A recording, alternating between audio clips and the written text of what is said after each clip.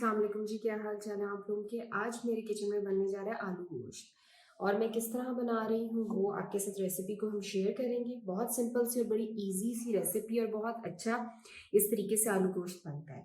तो मैंने सबसे पहले लिया बीफ का ये गोश्त लिया हुआ है, ठीक है। ये हड्डी वाला गोश्त है और ये तकरीबन आधा किलो से थोड़ा सा ज़्यादा है। इसमें गोल और हड्डी वाला मिक्स है।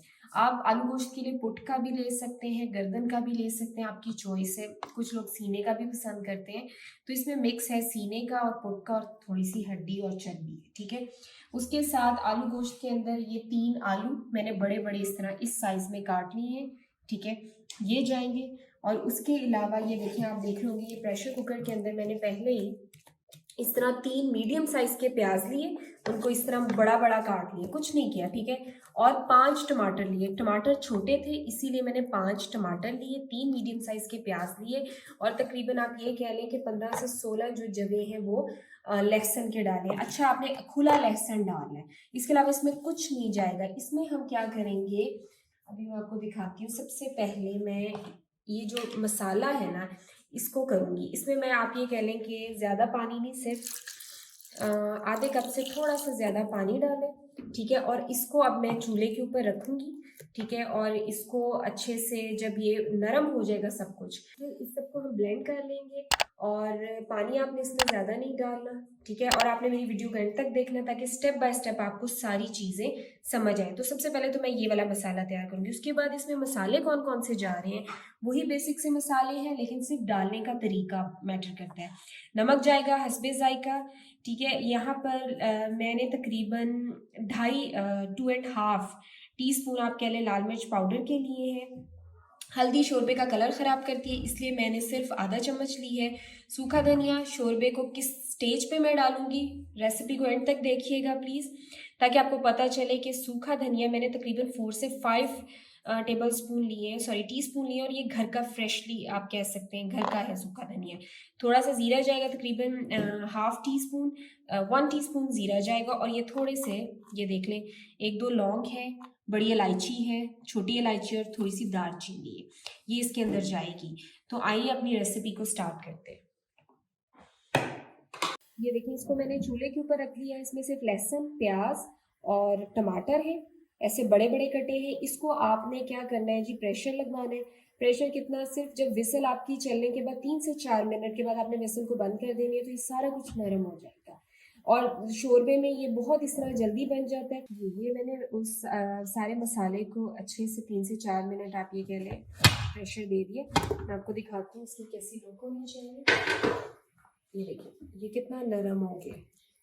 इवन तो अगर मिसाल के तौर पे आपके पास ब्लेंडर या हैंडी चॉपर कुछ भी नहीं है ना, तो आप इसको ऐसे भी बुनाई करेंगे तो ये सारा मसाला मर जाएगा। लेकिन मेरे पास है इसीलिए मैं जल्दी से इस सारे को ब्लेंड करती हूँ। आप इसको ग्राइंडर में कर लें या ये ब्लेंडर जो होता है ब्लेंडर में कर लें या हैंडी चॉपर से कर लें, जिस तरह भी आपको कन्वीनियंट है। तो ये मसाला ब्लेंड करके मैं आपको दिखाती हूँ। ये जी मैंने ब्लेंड कर लिया हुआ है, इस तरह का टेक्सचर आ गया, ठीक है। अब ये जितना गोश्त है वो सारा मैं इसके अंदर डाल देती हूँ। बिस्मिल्लाहिर्रहमानिर्रहीम, मैंने डाल दिया है। अब ये जो ज़ीरा है मेरे पास, इसमें से आधा ज़ीरा मैं इसमें डालूंगी। आपका नमक जाएगा सारा, उसके बाद जाएगी हल्दी जाएगी इसमें,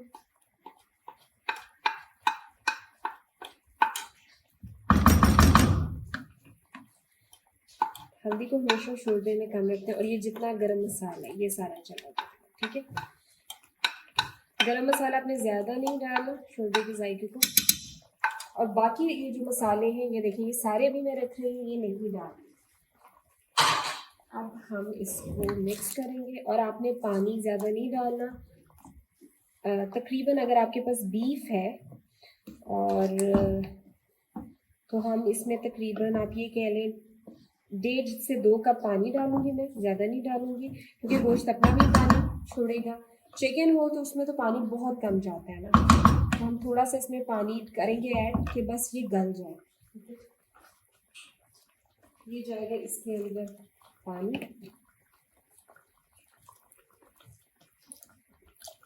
ये बस आप ये कह लें कि मैंने हार्डली 1 कप डाला है पानी इसमें। अब मैं इसको नेक्स्ट आप ये कह लें कि विसल चलने के तकरीबन 15 से 20 मिनट तक प्रेशर दूंगी कि आपका गोश्त अच्छा टेंडर नरम हो जाए, गल जाए। ठीक है, अब बाकी डिपेंड भी करता है गोश्त की नौइयत पे, तो फिर हम इसको अंदर खोल के चेक भी कर सकते हैं।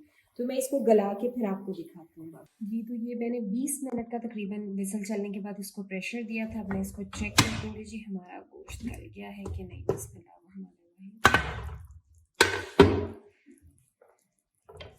देखिए पानी पूरा पूरा है अंदर, एक्सेसिव आपने पानी नहीं डालना। अभी मसाले नहीं डाले, लेकिन गोश्त की रंगत कितनी, मतलब शोरबे की रंगत कितनी अच्छी आ रही है, इसको मैं चेक करके आपको बताती हूँ। अच्छा जी, गोश्त अच्छा गल चुका है, इसका रेशा अच्छा नरम हो चुका है, बीफ थोड़ा सा टाइम लेता है। अब हम इसको बाकी इसका प्रोसीजर स्टार्ट करते हैं। सबसे पहले तो आपने इसके अंदर डालना है ऑयल। शोरबे में ऑयल ज़्यादा जाता है, तकरीबन आप ये कह लें कि हाफ कप तो जाएगा, क्योंकि शोरबा कुछ चीज़ें ऐसी होती हैं जिनकी ऑयल रिक्वायरमेंट होता है। ये गया इसके अंदर ऑयल। और अब हम इसमें ये जो मसाले हैं, ये लाल मिर्च सारी जाएगी, और ये जो सूखा धनिया ये मैं सिर्फ आधा डाल रही हूँ अभी, बाकी नहीं डालूंगी। और जो ज़ीरा है ये सारा चला जाएगा। अब आपने इस स्टेज पे हम इसकी करेंगे अच्छी सी भुनाई, ताकि एक तो गोश्त में अगर कोई स्मेल है वो ख़त्म हो जाए, और इसके अलावा मसाला अच्छा सा भुना जाए। और मेरे ख्याल से इसकी हमें तकरीबन 5 से 6 मिनट तो अच्छी भुनाई करनी पड़नी है, ताकि अच्छे से ऑयल भी छोड़ दे। एक्चुअली गोश्त में थोड़ी चर्बी थी, तो इसीलिए हमें लग रहा है कि वो ज़रा ऑयल पहले उसने छोड़ दिया होगा। तो अब मैं 5 से 6 मिनट इसकी भुनाई करती हूँ, उसके बाद मैं आपको दिखाती हूँ। अच्छा जी, ये देखिए अच्छी सी भुनाई हो चुकी है, और आप करीब से देखें तो ये कितना अच्छा ऑयल भी आ चुका है मसाले में। ठीक है, तो अब हम इस स्टेज पे जब आपने अच्छा भून लेना है, तो मैंने इस तरह ये हरी मिर्चें, ये गार्निशिंग के लिए हमेशा धनिया, अदरक को ऐसे लंबा लंबा, और हरी मिर्चें 3 से 4 काट के रखी होती है। तो मैं क्या करूँगी, इसमें से आधा जो अदरक है वो मैं अभी स्टेज पे डालूँगी। आपने आधा डालना है, बाकी रखना, और थोड़ी सी हरी मिर्चें भी, ज़्यादा नहीं, आधी। और अब हम क्या करेंगे जी, तकरीबन रेडी है हमारा मसाला। और ये जो सूखा धनिया मैंने संभाल के रखा हुआ था, ये इस स्टेज पे आपने डालना है, क्योंकि सूखे धनिया को आप ऐसे फ्रेशली डालें, और फ्रेश आपका सूखा धनिया हो तो बड़ी अच्छी उसकी खुशबू आती है, उसकी ज़्यादा भुनाई ना होगी। ये एक टिप है शोरबे की, कि जब बिल्कुल आपने शोरबे में पानी डालना है और उसको रेडी करने से थोड़ी देर पहले आपने उसमें सूखा धनिया डालना है, लेकिन घर का पिसा हुआ। अब जी ये जो आलू है हम ये साथ डाल देंगे। आलू की कोई भुनाई नहीं करते, ये ऐसे ही सारे आपके आलू अंदर जाएंगे।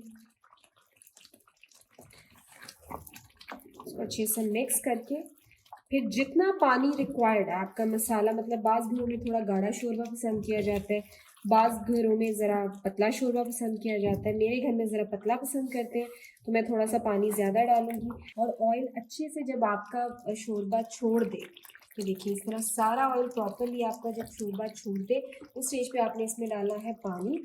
अब इसमें तकरीबन जाएंगे, मैंने तो 2 to 3 कप्स डाले।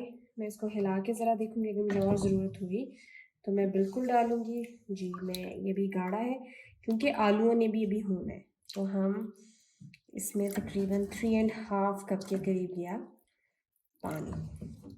अब क्या करना है, 2 तरीके हैं। या तो आप इसको ऐसे ही गला लें आलूओं को, क्योंकि आलू कच्चे हैं, लेकिन मैं जो जिस तरह गलाती हूँ, मैं क्या करूँगी कि इसको ढक्कन बंद करके वेट रखूँगी, और जब विसल को चलते 1 मिनट होगा, बस सिर्फ 1 मिनट, तो मैं साथ ही प्रेशर कुकर की आग को बंद कर दूँगी, और मैं उसके ऊपर से वेट को नहीं उठाऊँगी। उसके दम में ही जो आलू का कच्चापन है वो गल जाएंगे। और ये मेरा बड़ा, मतलब आप कह लें, आसान तरीके है, और इससे आलू इतने अच्छे परफेक्ट गलते हैं कि आपको जो वैसे आप इतनी देर उसको रखेंगे वो बहुत टाइम ले लेता है। तो अब मैं आप इसको वेट लगाऊंगी, और विसल चलने के 1 मिनट तक इसको बंद कर। ओके जी, ये जो आलू हैं वो भी हो गए हैं। अब हम देखते हैं कि आलू गल गए, इसको खोलती हूँ। बिस्मिल्लाह।